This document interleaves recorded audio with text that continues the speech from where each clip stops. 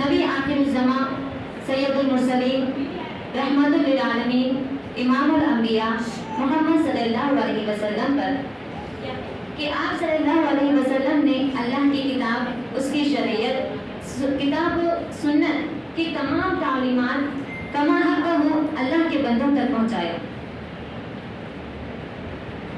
معزز سامعین، انسان کو دو طرح کی بیماریاں لاحق ہوتی ہیں، ایک جسمانی امراض، دوسرا روحانی امراض۔ جسمانی امراض یعنی سردی، کھانسی، بخار، شوگر، بی پی وغیرہ وغیرہ، اگر وقت پر اس کا علاج کیا جائے تو علاج ہو جاتا ہے، شفا مل جاتی ہے۔ لیکن اگر وقت پر علاج نہ ہو اور اسی مرض میں کسی کا انتقال ہو جاتا ہے تو اس کے گناہ اس مرض کی وجہ سے دھل جاتے ہیں اور درجات بلند ہوتے ہیں۔ لیکن جسمانی امراض سے زیادہ خطرناک روحانی امراض ہیں۔ روحانی امراض جیسے جھوٹ، غیبت، چغلی، غرور و تکبر وغیرہ وغیرہ، یہ ایسے امراض ہیں اگر وقت پر علاج ہو جائے تو نجات ہے، اگر علاج نہیں ہو پایا، علاج نہیں کرے اس کا، تو اس میں مزید اضافہ ہوتا ہے اور یہ اضافہ اللہ تعالیٰ کی ناراضگی اور غضب کا سبب بنتی ہے۔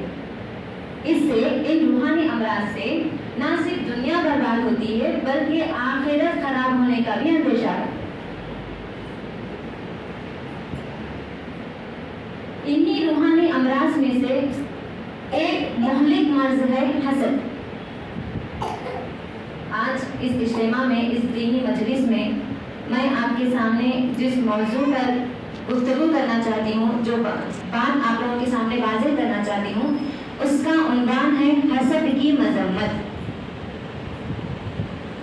اسلامی بہنوں، دور حاضر میں یعنی آج کل کے معاشرے میں حسد یہ بہت ہی اہم اور بڑا ہی طویل موضوع ہے، بڑا طویل موضوع ہے۔ اس پر انشاءاللہ وقت کو مد نظر رکھتے ہوئے میں آسان الفاظ میں، مختصر انداز میں، ہماری عام بول چال میں انشاءاللہ کچھ اس کے اہم موضوع آپ کے سامنے رکھنے کی کوشش کروں گی۔ امید ہے کہ آپ سب بغور سماعت فرمائیں گے۔ سب سے پہلے حسد کی تعریف کہ حسد کیا ہے؟ کسی انسان کی دینی یا دنیاوی نعمت کا زوال، یعنی اس کے چھین جانے کی خواہش کرنا یا یہ چاہنا کہ وہ نعمت اسے نہ ملے، اسی کا نام حسد ہے۔ حسد کے 3 درجے ہیں۔ حسد کے 3 درجے ہیں۔ پہلا درجہ یہ کہ حاسد اس کی نعمت کا زوال چاہے، خواہ وہ اسے ملے یا نہ ملے۔ دوسرا درجہ حاسد اس کی نعمت کو چھین لے۔ تیسرا درجہ حاسد اس نعمت کو نہ صحیح لیکن اس نعمت جیسی چیز کو چاہے۔ جیسے ایک مثال کے طور پہ میں آپ لوگوں کو سمجھاتی ہوں، صرف مثال ہی ہے۔ ایک والد صاحب، ایک آدمی کے 2 لڑکے ہیں۔ والد صاحب نے بڑے بیٹے کو ایک کھلونا لا کر دیا، چھوٹے بیٹے نے دیکھا، اس کے دل میں تھوڑی سی حسد پیدا ہو گئی، وہ فوراً بھاگتے ہوئے آیا اور اپنے بڑے بھائی کے پاس سے وہ کھلونا چھین لیا اور اسے توڑ دیا، یہ سوچ کر ان کو کہیں دیے، ان کو ملتا، میرے کو نہیں ملتا، میرے کو نہیں ملا تو ان کو بھی نہیں مل رہا۔ یہ حسد کی پہلی قسم، اور یہ جو پہلی قسم ہے یہ مذموم ہے، قبیح ہے اور کبیرہ گناہ ہے۔ دوسری مثال دیکھیے، والد صاحب آئے، بڑے بیٹے کو کھلونا دیا، چھوٹے بیٹے نے دیکھا، چھوٹا بیٹا فوراً دیکھ کر بھاگ کر آیا اور اسے کھینچ لیا، چھین لیا، یعنی کہ یہ میرا ہے، یہ مجھے ہی ملنا چاہیے۔ یہ حسد کی دوسری قسم ہے، یہ بھی مذموم ہے، گناہ ہے۔ حسد کی تیسری قسم کی مثال، والد صاحب آئے، اپنے بڑے بیٹے کو کھلونا دیا، چھوٹے بیٹے نے دیکھا، چھوٹا بیٹا فوراً بھاگتے ہوئے اپنے والد کے پاس آتا ہے اور کہتا ہے کہ والد صاحب مجھے بھی ایسا ہی کھلونا چاہیے یا اس سے بھی اچھا چاہیے۔ اس تیسری مثال میں جو چھوٹا بیٹا ہے اس نے اپنے بڑے بھائی سے نہ کھلونا چھینا، نہ اسے توڑا اور نہ ہی یہ جتایا کہ یہ صرف میرا حق ہے۔ ٹھیک ہے، تو یہ جو تیسری مثال ہے یہ جائز ہے،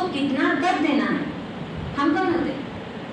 اور علماء کا قول ہے جو حسد کرتے ہیں وہ اللہ سے بغض کرتے ہیں، یعنی کہ ہم اللہ کو شکایت کر رہے ہیں، ہم آپ کو کہیں کو نہیں دے رہے، ان کو کہیں کو دے رہے، ان کو کہیں کو مل رہا، یہ چیز ہے۔ حسد ایک بڑی ہی بری عادت ہے۔ حسد ایسی چیز ہے، علماء کرام کے مطابق سب سے پہلا گناہ جو ہوا، اللہ کی نافرمانی جس گناہ سے کی گئی وہ حسد ہے۔ اور سب سے پہلا حاسد کون ہے معلوم ہے آپ لوگوں کو؟ کون ہے بتا سکتے کوئی؟ سب سے پہلا حاسد کون ہے؟ ابلیس۔ جی بارک اللہ فیک، شاباش۔ لیکن ابلیس کا نام کیا ہے؟ ابلیس کا نام کیا ہے؟ عزازیل۔ سب سے پہلا حاسد عزازیل ہے جس نے حسد کیا اور اللہ کا نافرمان ٹھہرا۔ اللہ نے آدم علیہ السلام کو پیدا کیا، اللہ نے کہا فرشتوں سے اے فرشتوں آدم کو تعظیماً سجدہ کرو، تمام فرشتے سجدے میں گر گئے، ایک ابلیس تھا جو ٹھہرا رہا، اس کے دل میں غرور آ گیا، تکبر آ گیا اور پھر وہ حسد میں ملوث ہو گیا۔ اس نے کہا اے اللہ میں آگ سے بن کے ہوں اور یہ مٹی سے، تو اللہ نے کہا تو ابلیس ہے۔ اس وقت اللہ نے کہا تو ابلیس ہے۔ ابلیس کے معنی کیا ہے؟ انکار کرنے والا، یعنی اس نے حسد میں ملوث ہو کر اللہ کے حکم کو، اللہ کی بات کا انکار کر دیا، نعوذ باللہ۔ اس کے بعد جب آدم علیہ السلام کو اللہ تعالیٰ نے دنیا میں بھیجا، آدم علیہ السلام سے دنیا قائم کیا، اس وقت میں حسد، دنیا میں حسد کی وجہ سے یہ قتل ہوا۔ سب سے پہلا قتل، سب سے پہلا خون کس نے کیا؟ آدم علیہ السلام کے بیٹے۔ جی، حابل کا قتل قابل نے کیا، حابل اور قابل نے نہیں، قابل نے قتل کیا۔ کس کی بنیاد پر؟ کس وجہ سے؟ حسد کی وجہ سے۔ دنیا میں آسمان پر پہلا گناہ ہوا حسد، دنیا میں پہلا گناہ ہوا حسد۔ اور یعقوب علیہ السلام اپنے بیٹے یوسف علیہ السلام سے کئی سال تک جدا رہے، ان کی آنکھوں کی بینائی رو رو کے جاتی رہی، روشنی جاتی رہی۔ کس کی وجہ سے؟ حسد کی وجہ سے۔ یعقوب علیہ السلام کے بیٹے، دوسری اولاد، دوسری زوجے کی جو اولاد تھی، وہ اپنے بھائی یوسف علیہ السلام سے حسد کرنے لگے کہ والد صاحب ہم سے زیادہ ان سے محبت کرتے ہیں، اور اس حسد کے چلتے انہوں نے یعقوب علیہ السلام سے ان کے چہیتے بیٹے یوسف علیہ السلام کو جدا کر دیا، جس کی جدائی میں آپ کئی سال تک تڑپتے رہے حسد کی وجہ سے۔ صرف یہی نہیں، یہودی بھی امت مسلمہ سے پہلے سے حسد و بغض کرتے تھے اور آج بھی کرتے ہیں۔ کیوں کرتے ہیں معلوم ہے آپ کو؟ کیوں کرتے ہیں؟ کیونکہ جو سلسلہ نسب تھا، یعنی کہ جو انبیاء کرام کا ایک دوسرے کا تسلسل تھا، ایک نبی کے بعد دوسرے نبی آئے، دوسرے نبی کے بعد تیسرے نبی آئے، یہ جو انبیاء علیہ السلام کا سلسلہ نبوت تھا یہ بنی اسرائیل میں تھا۔ بنی اسرائیل یعنی یا اسحاق علیہ السلام کے بیٹے بنی اسرائیل، ان کی اولاد میں سے سلسلہ نبوت چلتے آ رہا تھا۔ لیکن بنی اسرائیل یہ جو یہودی ہے وہ نااہل ہو گئے، حق پرستی سے ہٹ گئے، ظلم و زیادتی کرنے لگے، اللہ کی نافرمانی کرنے لگے۔ تب اللہ تعالیٰ نے سلسلہ نبوت کو بنی اسحاق سے، بنی اسرائیل سے بنو اسماعیل میں تبدیل کر دیا، وہاں پر منتقل کر دیا۔ بنو اسماعیل میں سے ہمارے نبی، آخری نبی محمد صلی اللہ علیہ وسلم کو نبی بنایا اور انہیں آخری نبی منتخب کرا۔ اس لیے یہودی جلتے تھے، حسد کرتے تھے کہ ہمارے قوم میں، ہمارے اولاد میں نبی بننے کے بجائے بنو اسماعیل میں نبی بن گیا، اسی لیے ہم ایمان نہیں لائیں گے۔ ان کے ایمان نہ لانے کی وجہ یہ ہے، سمجھ رہے ہیں آپ؟ اور آج تک بھی وہ اسی لیے حسد کرتے، کس سے؟ مسلمانوں سے۔ کس کا نقصان ہو؟ ان کا ہی نقصان ہو۔ دنیا میں تو کھڑ کھڑ کے مر رہی، آخرت میں تو ان کو سوالش نہیں ہے کچھ، ڈائریکٹ جہنم، حسد کی وجہ سے۔ صرف یہی نہیں، حسد ہی وہ گناہ ہے جس کی وجہ سے نبی کریم صلی اللہ علیہ وسلم پر ایک یہودی نے جادو کر دیا تھا۔ معلوم ہے آپ تمام کو؟ نبی پر جادو کر دیا تھا، کس کی وجہ سے؟ حسد کی وجہ سے۔ تو اسلامی بہنوں، اس نے تمام چیزوں سے یہی ثابت ہو رہا کہ حسد ہی وہ چیز ہے جو تمام برائیوں کی جڑ ہے، اور حسد کی وجہ سے اللہ تعالیٰ کی ناراضگی اور غضب ہم اپنے اوپر اس کا سبب بنتے ہیں. اسی لیے کئی طرح سے نبی کریم صلی اللہ علیہ وسلم نے حسد کرنے سے روکا، اور اللہ تعالیٰ نے بھی قرآن مجید میں مسلمانوں کو فرمایا کہ حسد مت کرو. اللہ تعالیٰ نے سورۃ النساء آیت نمبر 21 میں ارشاد فرمایا وَلَا تَتَمَنَّوْا مَا فَضَّلَ اللَّهُ بِهِ بَعْضَكُمْ عَلَىٰ بَعْضٍ، یعنی تم یہ خواہش مت کرو، اس چیز کی خواہش مت کرو جسے اللہ تعالیٰ نے تم میں سے بعض کو باز کر دیا ہے. یعنی اب کوئی بھی نعمت ہے، اب ہمارے گھر میں ہمارے رشتہ داری کیوں نہ ہو، پڑوسی کیوں نہ ہو، کچھ گھر بن لیے، بڑی بلڈنگ بن لی، اب ہم کیا کرتے ہیں اس کی تمنا کرنے لگتے ہیں.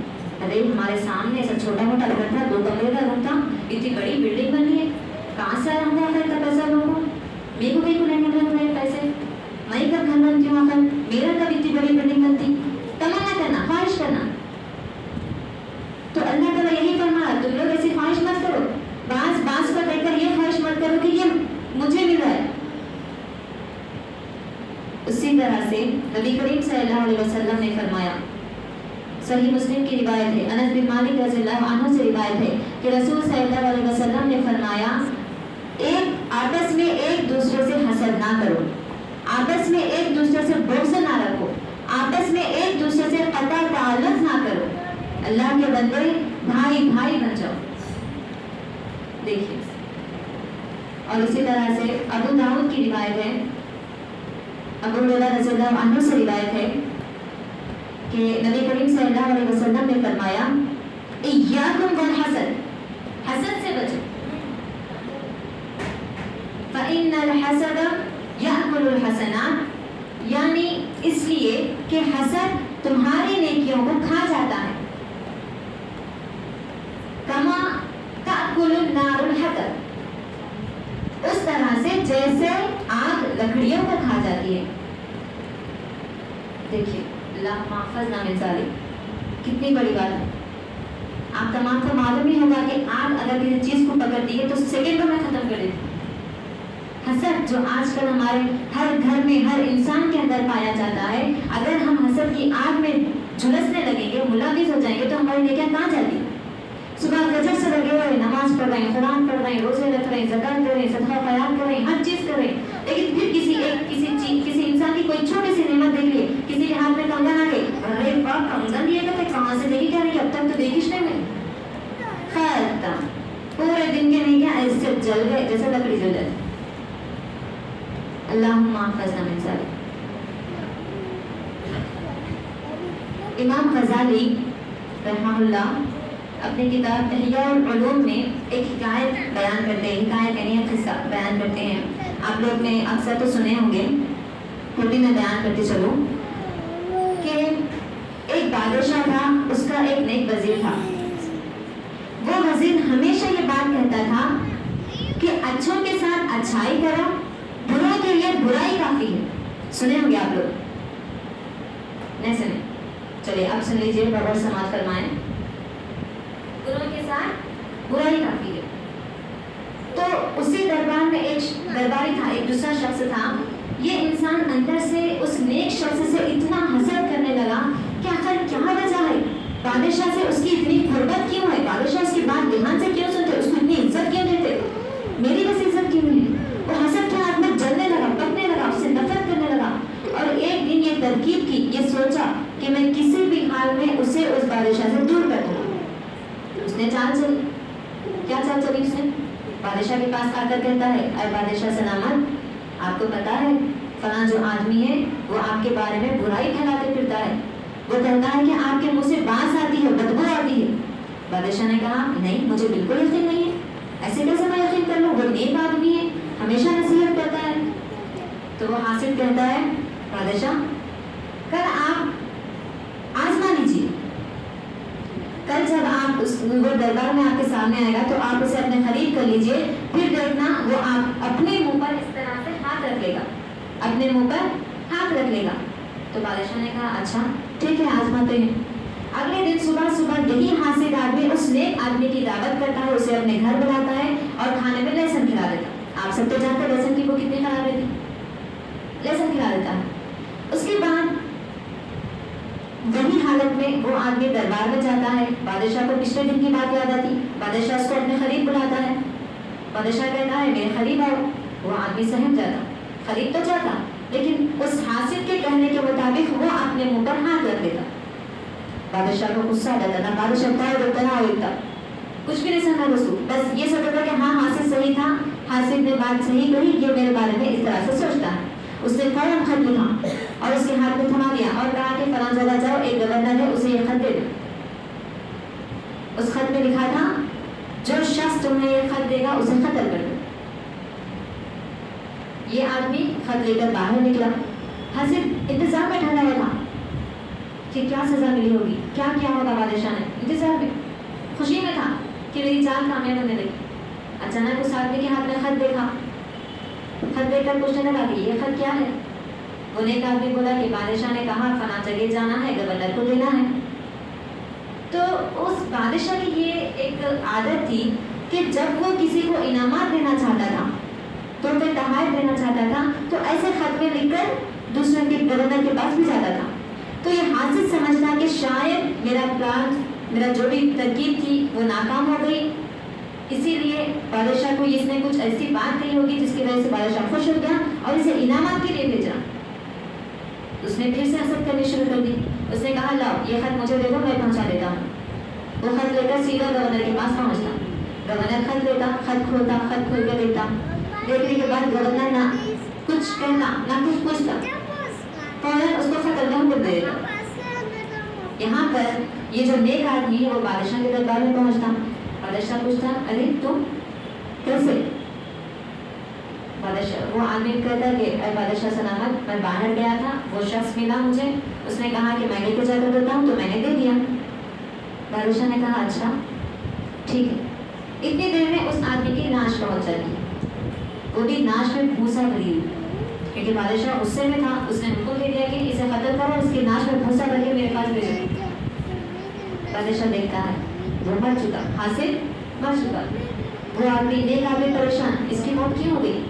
جب بادشاہ کہتا ہے کہ اے آدمی، اس نے مجھ سے بڑی شکایت کی تھی کہ تو میرے بارے میں لوگوں میں یہ پھیلاتے ہوتا ہے کہ میرے منہ سے بانس آتی ہے، بدبو آتی ہے۔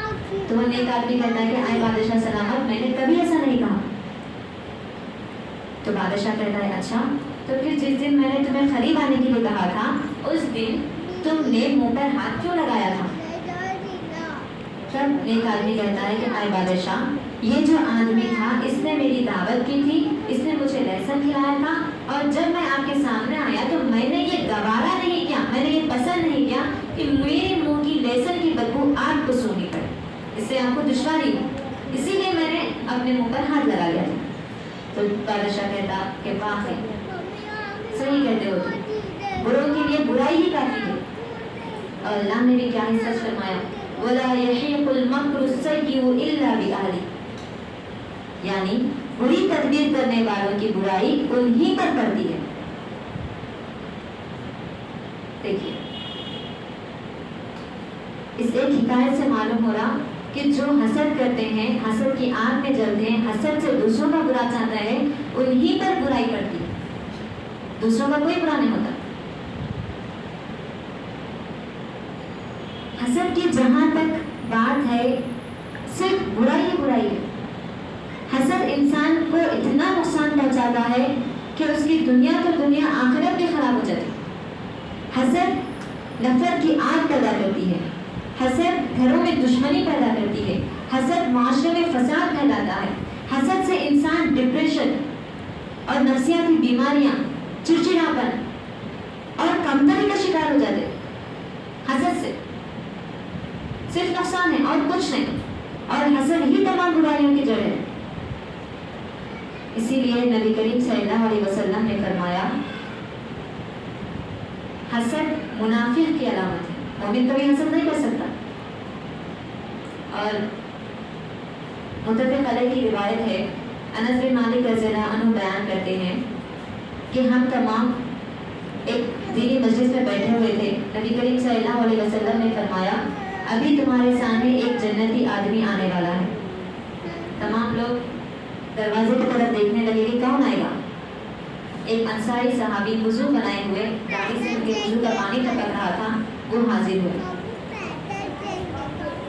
اگلے دن بھی نبی کریم صلی اللہ علیہ وسلم نے مجلس میں یہی بات کہی کہ تمہارے سامنے جنتی آدمی آنے والا ہے.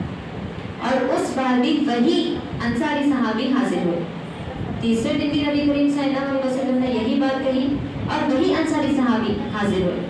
اس مجلس میں عبداللہ بن عمر رضی اللہ عنہ بھی موجود تھے.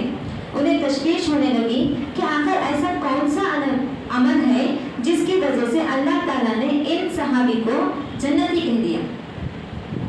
پہلے زمانے میں شوق تھا, جذبہ تھا, کون سا عمل کروں, کیسے میں جنتی بن جاؤں, کیسے میں آخرت کی تیاری کروں. تو عبداللہ بن عمر ان صحابی کے پاس گئے, جا کر کہنے لگے اے اللہ کے بندے, میرے اور میرے والد کے درمیان اختلاف ہو گیا ہے. میں 3 دن تک تمہارے گھر میں رہنا چاہتا ہوں, مجھے اجازت دیجیے. تو انہوں نے کہا کہ ٹھیک ہے, اجازت ہے, آ جائیے. اب عبداللہ بن عمر رضی اللہ عنہ ان کے گھر پہنچے. ہر وقت ان کے عمل پر نظر رکھتے تھے, کب سو رہے ہیں, کب اٹھ رہے ہیں, کب جاگ رہے ہیں, کیسا بیٹھ رہے ہیں, کیا پڑھ رہے ہیں, کیا پڑھا رہے ہیں, کیا سن رہے ہیں, کیا سنا رہے ہیں, ہر چیز پر نظر رکھتے تھے. 3 دن گزر گئے. جب 3 دن گزر گئے تو عبداللہ رضی اللہ عنہ ان کے پاس گئے, جا کر کہنے لگے اے اللہ کے بندے, میں نے آپ سے جھوٹ کہا تھا کہ میرے اور میرے والد کے درمیان اختلاف ہو گیا. ایسا کچھ نہیں, بلکہ حقیقی بات یہ ہے کہ نبی کریم صلی اللہ علیہ وسلم نے فرمایا اب تمہارے سامنے ایک جنتی آدمی آنے والا ہے اور آپ حاضر ہوئے. دوسرے دن بھی یہی بات کہی, اس وقت بھی آپ بھی حاضر ہوئے. تیسرے دن بھی یہی بات ہوئی, اس وقت بھی آپ بھی حاضر ہوئے. تو مجھے تشویش ہونے لگی کہ آخر آپ ایسا کون سا عمل کرتے ہیں جس کی وجہ سے نبی نے آپ کو جنتی کہہ دیا. تو وہ صحابی کہتے ہیں ایسا تو میں کچھ خاص عمل نہیں کرتا. ہاں البتہ ایک چیز ہے کہ میں رات میں سونے سے پہلے بستر پر جب لیٹتا ہوں تو میں اپنے دل میں کسی کے لیے بھی برائی, کینہ, حسد نہیں رکھتا. سب کو معاف کر دیتا ہوں, میرے دل میں ذرا برابر بھی حسد نہیں رہتا. تو عبداللہ رضی اللہ عنہ فرماتے سبحان اللہ, بس یہی ایک خوبی ہے جس کی وجہ سے اللہ نے آپ کو جنتی کہا. اور اللہ تعالیٰ نے بھی سورۃ الاعلیٰ میں ارشاد فرمایا قد افلح من تزکا, اپنے نفسوں کو پاک کرو. نفس یعنی اپنی روح کو پاک کرو. جسم کو تو ہر کوئی پاک رکھتے, لیکن مومن وہ ہے جو اپنے نفس کو پاک رکھتا ہے. دیکھیے ایک حسد نہ رہنے کی وجہ سے وہ ان کو جنتی بولتی نبی کریم صلی اللہ علیہ وسلم. اور یہ ہمارے لیے ایک مثال ہے کہ اگر ہم بھی حسد سے بچے رہیں گے, حسد سے دور رہیں گے, تو انشاءاللہ ہم بھی جنتیوں میں شامل ہو سکتے ہیں. یہ ہے جنتی کے فضائل, حسد سے بچنے کے فضائل, جنت میں جانے کا عمل. سبحان اللہ. لیکن اگر آج ہم دور حاضر اپنے اطراف نظر ڈالیں گے تو ہر گھر, ہر انسان حسد میں ملوث ہے. مسلمان سے حسد کرتا ہے, ایک پڑوسی اپنے پڑوسی سے حسد کرتا ہے, دور تو چھوڑ دو, بھائی بہن سے حسد کرتا ہے. بھائی نے گھر بنا لیا, بہن کو حسد شروع ہو گیا. بہن نے اچھے کپڑے لے لیے, بہن کو حسد شروع ہو گیا. بہن نے اچھی گاڑی لے لی, بھائی کو حسد شروع ہو گیا. کیا ہے, کیوں, کیا ہے اس کا سبب کیا ہے؟ ہم ایک انسان دوسرے انسان سے حسد کیوں, کیسے اور کس وجہ سے کرتا ہے؟ یعنی حسد کے اسباب کیا ہیں؟ کیا آپ لوگ جانتے ہیں حسد کے اسباب کیا ہیں؟ اسباب یعنی سبب, کیوں حسد کیوں ہوتا ہے؟ اس کے علماء کے مطابق کئی اہم اسباب ہیں. اس میں سے چند میں آپ لوگوں کو بتاتی ہوں. امید کرتی ہوں آپ لوگ اسے اپنے ذہن میں رکھیں اور ان چیزوں کو اپنے دل میں نہ آنے دیں. بغض و عداوت, نفرت و کینہ, غرور و تکبر, منفی سوچ, دوسروں کو کم تر سمجھنا, دوسروں کو نااہل سمجھنا, اپنے آپ کو بڑا سمجھنا. سب سے کم صرفی کی بات یہ ہے کہ جو کم صرف انسان ہوتا ہے, جو کمینہ پن کا انسان ہوتا ہے, اس انسان سے دوسرے انسان کی خوشحالی دیکھی ہی نہیں جاتی, دیکھ ہی نہیں سکتا وہ انسان. اور ایسے ہی انسان کے لیے یہ تمام مذمتیں ہیں کہ تم اپنے آپ کو حسد سے پاک رکھو, ورنہ دنیا تو خراب, آخرت بھی خراب. یہ چیزیں، یہ اسباب ہے. اپنے آپ کا جائزہ لیجئے اسلامی بہنوں، 1 منٹ سوچئے، کیا کچھ ایسی چیزیں ہیں ہمارے اندر کہ ہمارے اندر حسد پایا جانا؟ کسی سے بھی، اپنے دوست ہو، بہن ہو، بھائی ہو، کسی سے بھی حسد ہے؟ نہیں ہے تو اللہ کا شکر ہے، الحمدللہ، اللہ کا شکر بچا رہا ہے. اگر ہے تو اس کا علاج کرے. کیسے کریں گے علاج؟ علاج کیسے کرنا ہے میں بتاتی ہوں، غور سے سنیں. سب سے پہلے تو توبہ کر لیجئے، کیونکہ حسد یعنی اللہ سے بغض کرنا ہے. اگر ہم نے آج تک کبھی بھی حسد کیا ہے تو اللہ سے توبہ کریے، اللہ سے دعا ہے کہ اللہ ہم تمام کے اس حسد کو، اس گناہ کو معاف کر دے. اس کے بعد رضائے الہی پر راضی ہو جائے، یعنی اللہ نے ہمیں جو چیز دی ہے، جو ہمارے پاس ہے، اس میں خوش رہنا سیکھیے. کیونکہ ایک انسان کبھی نہ کبھی تو مرنے والا ہے. کل نفس ذائقۃ الموت، ہر انسان کو مرنا ہے. امیر بھی مر رہا، غریب بھی مر رہا، معتدل انسان بھی مر رہا، ہنسی خوشی رہنے والا بھی مر رہا، بیمار بھی مر رہا، تندرست بھی مر رہا، ہر کوئی مر رہا. جب مرنا ہی ہے یا دنیا چھوڑنا ہی ہے تو حسد کیوں؟ جب مر ہی جانا ہے، مرنے کے بعد کوئی چیز کام میں آتی ہی نہیں، نہ اسے کہیں ہم لے جا سکتے ہیں، تو ایسی چیزوں کو، یہ بیکار چیزوں میں حسد کیوں کرنا؟ یہ چیز دماغ میں لائیے کہ یہ دنیا فضول ہے، دنیا کی کوئی چیز کام کی نہیں ہے. اگر یہ دماغ میں ہمارے آ گئے تو ہم حسد سے بچ جائیں گے. یہ اس کا علاج ہے حسد کا. اب کوئی آپ کے سامنے رہتے ہیں، چلیے آپ کی بہن ہی سمجھے، آپ کی بہن نے اچھی سی گاڑی لے لی، آپ کو آ کر بتاتی ہے دیکھو میرے پاس گاڑی ہے. آپ کیا کرنا؟ حسد کرنا. ارے گاڑی کہاں سے لی؟ پیسہ تو تھے نا تمہارے پاس، اب کہاں سے آ گیا پیسہ؟ گاڑی کیسے آ گئی؟ ایسا پوچھنا نہیں. کیا کرنا؟ ماشاء اللہ، بارک اللہ، قسمت میں ہے تمہارے، تمہارے کو گاڑی مل گئی، اللہ برکت دے. بس. اور دل میں یہ سوچنا کہ جو ہمارے پاس ہے وہ کافی ہے، جو ہمارے پاس ہے وہ کافی ہے. اگر چاہے تو دعا بھی کر لیجیے، اللہ مجھے بھی گاڑی دلا دے، کیونکہ یہ حسد میں شامل نہیں ہے، یہ رشک میں ہے. نہ ان کا ہم چھین رہے، نہ یہ سوچ رہے کہ ان کی وہ خراب ہو جائے، بلکہ ہم یہ چاہ رہے کہ ان کے پاس بھی رہے، سلامت رہے، اس پہ برکت دے. لیکن اللہ مجھے بھی وہ چیز ہے، سہولت کی چیز ہے، اللہ مجھے بھی وہ چیز ہے. یہ چیز، یہ اس کا علاج حسد کا. سب سے پہلے کیا؟ توبہ کر لینا ہے. دوسری چیز یہ جان لو کہ دنیا کی ہر چیز فانی ہے. تیسری چیز موت کو کثرت سے یاد کرو. کب کس کی کیسے موت آئے نہیں معلوم. اب ہم میں سے کتنے ایسے لوگ ہیں جو سوشل میڈیا یوز کرتے، فون یوز کرتے، آئے دن کچھ نہ کچھ ویڈیوز آتے رہتے. کوئی نماز پڑھتے پڑھتے سجدے کی حالت میں مر جاتا، کوئی چلتے چلتے قدم رک جاتے، وہیں پر دم توڑ دیتا، کوئی بیٹھے بیٹھے مر جاتا، کوئی ایکسیڈنٹ ان کی موت میں مر جاتا. گھر سے نکلے بس ابھی 5 منٹ میں آ رہا ختم. اللہ والا آئے یا نہ آئے، کسی کا بھروسہ نہیں موت کا.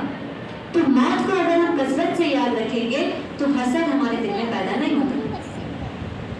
اور سب سے اہم چیز، اگر کسی کی ہم کوئی چیز دیکھیں تو یہ ایمان رکھیں کہ اللہ تعالیٰ جس کو جب چاہے، جس وقت چاہے، جتنا چاہے دے سکتا ہے. اسے دیا، ہو سکتا ہے کل آپ کو بھی دے. یہ ایمان رکھنا. اور اپنی تقدیر پر ایمان رکھنا کہ اللہ نے ہر انسان کی تقدیر مادر رحم میں لکھ رکھی ہے. ہر ایک کی تقدیر لکھی جا چکی ہے، کسے کتنا ملنا ہے، کیا ملنا ہے، کب زندہ ہے، کب مرتا ہے، سب کچھ. کون کتنا کس دن کھاتا ہے وہ بھی لکھا جا چکا ہے. لیکن اللہ نے کہا دعا سے تقدیر بدلتی ہے. نبی کریم صلی اللہ علیہ وسلم نے کہا دعا سے تقدیر بھی بدلی جاتی ہے. تو دعا کریے، اپنی دعاؤں پر یقین رکھیے اور اللہ پر بھروسہ کیجیے. اس سے کیا ہوتا ہے؟ آپ کے دل میں حسد پیدا نہیں ہوتا. اور سب سے اہم چیز، اگر آپ کسی کی اچھی چیزیں، اللہ کی دی ہوئی نعمتوں کو دیکھتے ہیں تو فوراً ماشاء اللہ اور بارک اللہ، یہ 2 چیزیں کہنے کی عادت ڈال لیجیے. ماشاء اللہ، بارک اللہ. ان 2 چیزوں سے آپ کا حسد آپ سے دور رہتا. ماشاء اللہ، اللہ جو چاہے بھی یقین کر رہے ہیں، ہم اسے دعا بھی دے دے رہے ہیں، حسد تو چلا جاتا ہے ہمارا. یہ ہے حسد کا علاج. تو اسلامی بہنوں، عزیز سامعین، ایک موضوع حسد کی مذمت میں نے آپ لوگوں کے سامنے چند اہم باتیں رکھنے کی کوشش کی ہے. حسد کی تعریف، حسد کی مذمت، حسد کے نقصان، حسد سے بچنے کے فائدے، فضیلت، اور پھر حسد کا علاج. اب آپ لوگ اپنا محاسبہ خود کیجئے، سوچئے کہ کیا ہم حسد میں ملوث ہیں؟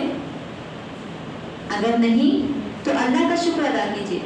اگر ہاں تو حد درجے آخری حد تک کوشش کیجئے کہ ہم اپنے حسد سے بچ سکیں اور حسد کو اپنے اندر سے ختم کرنے کی کوشش کریں. ان چیزوں سے، جن چیزوں سے میں نے آپ کو علاج بتایا ہے. چلیے، یہ تو ہو گیا حسد کے متعلق سے کچھ آپ لوگوں کو اہم معلومات کہ اپنے اندر سے حسد کیسے نکالنا ہے اور حسد سے کیسے بچنا ہے. اب دوسری چیز ہے حاسد سے کیسے بچا جائے، کیونکہ نبی کریم صلی اللہ علیہ وسلم نے فرمایا نظر حق ہے اور نظر حسد سے لگتی ہے کہ نہیں؟ آپ سب تو جانتے ہیں کہ کہتے ہیں ارے ان کو نظر لگ گئی، کیا بیمار پڑ گئے بیچارے، بانا چڑھنے کرتے جی نظر لگ گئے، پورے بانا چلے گئے، منہ پہ چہرے پہ تھوڑے بہت پھنسیاں ہیں، نظر لگ گئی بیچاری، کیا خوبصورت تھی، پورے پھنسیاں آ گئے چہرے پہ. کیوں لگتی نظر؟ نظر لگنے کی وجہ کیا ہے؟ حسد. دیکھتی ہو ارے کیا خوبصورت ہے، چمکتا ہے ایسا، فرق کا بیچاری کو نظر. اب اندر دل میں آگ لگتے رہتی، مہندی کو خوبصورت نہیں کہ کیا نہیں کی، میک اپ ایسا ہے کہ کیا نہیں کی، میرا چہرہ ایسا ہے، میرا چہرہ ایسا ہے، اس کو جاؤ کتنی اچھی لگی. کیوں؟ اگر آپ ماشاءاللہ بول دیتے تو شاید ان کا چہرہ ہمیشہ اچھا رہتا، نظر نہیں لگتی. تو یہ جو نظر ہے یہ حسد کی وجہ سے ہوتا ہے. تو نظر سے اگر ہمیں بچنا ہے تو حاسد سے بچنا ہوگا. حاسد سے کیسے بچیں گے؟ اب ہم لوگ جانتے ہیں کہ ہم الحمدللہ کبھی کبھار تھوڑا بہت حسد کر لیے بھی ہوں گے، تو حسد معلوم ہو گیا، آئندہ حسد نہیں کریں گے اور پھر اس کا علاج بھی خود ہی سے کر لیں گے. اب بات ہے دوسرے لوگوں جو ہم سے حسد کرتے. ہر انسان کے اندر حسد ہوتا ہے، جیسے میں پہلے ہی بتا چکی ہوں. حاسد سے کیسے بچیں گے؟ کیا کرنا چاہیے؟ جامع ترمذی کی روایت ہے، نبی کریم صلی اللہ علیہ وسلم نے فرمایا جو کچھ بھی کام کرو چھپا کر کرو اور اللہ سے مدد طلب کرو، کیونکہ ہر نعمت کا حاصل ہے. نعمت جو کچھ بھی اللہ نے دیا نعمت ہی تو ہے. یہ آگے بھی اللہ نے دی، نعمت ہے اللہ کی، ہر چیز نعمت ہے. ہمیں اللہ تعالیٰ نے دونوں ہاتھ، دونوں پیر، زبان، آنکھ، ناک، منہ، کان، سب کچھ دی، یہ بھی اللہ کی نعمت ہے. چلنے پھرنے کے لیے اچھی سے اچھی گاڑیاں دی، یہ بھی اللہ کی نعمت ہے. گھر دیا، چھت دیا، ہر چیز اللہ کی نعمت، چھوٹی چھوٹی چیز. تو ان ہر نعمت کا حاصل ہے. آج کل کا زمانہ دیکھ لو، ہر ایک کے ہاتھ میں فون، سوشل میڈیا، وہاں پہ کچن روم میں کھانا بنتا، جاتے اسنیپ، واٹس ایپ پہ اسٹیٹس، کہیں گھومنے جانا ہے ٹکٹوں کا بھی اسنیپ اسٹیٹس، ہم وہاں پر جا رہے ہیں گھومنے، پھر گھومنے جانے کے بعد الگ فوٹوز، الگ اسنیپ، الگ اسٹیٹس، فیس بک، ٹویٹر، سوشل میڈیا پہ. نہیں جانے والے بھی چل جاتے، اماں اتنا گھوم رہے، پرسوں پچھلے مہینے 5,000 کچھ تھے تو پیسے ہائش نہیں بڑھے، اب تک 5,000 کے کہاں سے آئے کہ پیسے؟ کس کا نقصان ہوا؟ کیا سمجھ کے اسنیپ ڈالتے، کیا سمجھ کے اسٹیٹس ڈالتے؟ اگر ڈالنا ہی تو دین کی باتیں ڈالو. صبح میں اٹھے ایک حدیث شیئر کرو، ایک آیت شیئر کرو، اس کی عوض میں آپ کو نیکیاں مل رہی، اجر مل رہا. آپ کا اسٹیٹس اگر کوئی دیکھیں گے، ایک حدیث ہے سبحان اللہ بحمدہ کہنے پر ثواب. جو شخص سبحان اللہ بحمدہ سبحان اللہ العظیم دن میں 100 مرتبہ پڑھ لیتا ہے، اللہ تعالیٰ اس کے تمام گناہ چاہے وہ سمندر کی چھان کے برابر ہو مٹا دیتا ہے. یہ اسٹیٹس اگر آپ صبح میں ڈال دیں گے، صبح سے لے کر اگلی صبح تک جتنے بھی لوگ آپ کا اسٹیٹس دیکھیں گے، ہو سکتا ہے ان میں سے 2 لوگ کیوں نہ ہو اس پر عمل کریں. اس کا ثواب کس کو ملتا؟ کس کو ملتا؟ اسٹیٹس رکھنے والوں کو ملتا. دیکھیے سبحان اللہ، دین جو تعلیم ہے ہماری دیکھیں. لیکن آج دنیا میں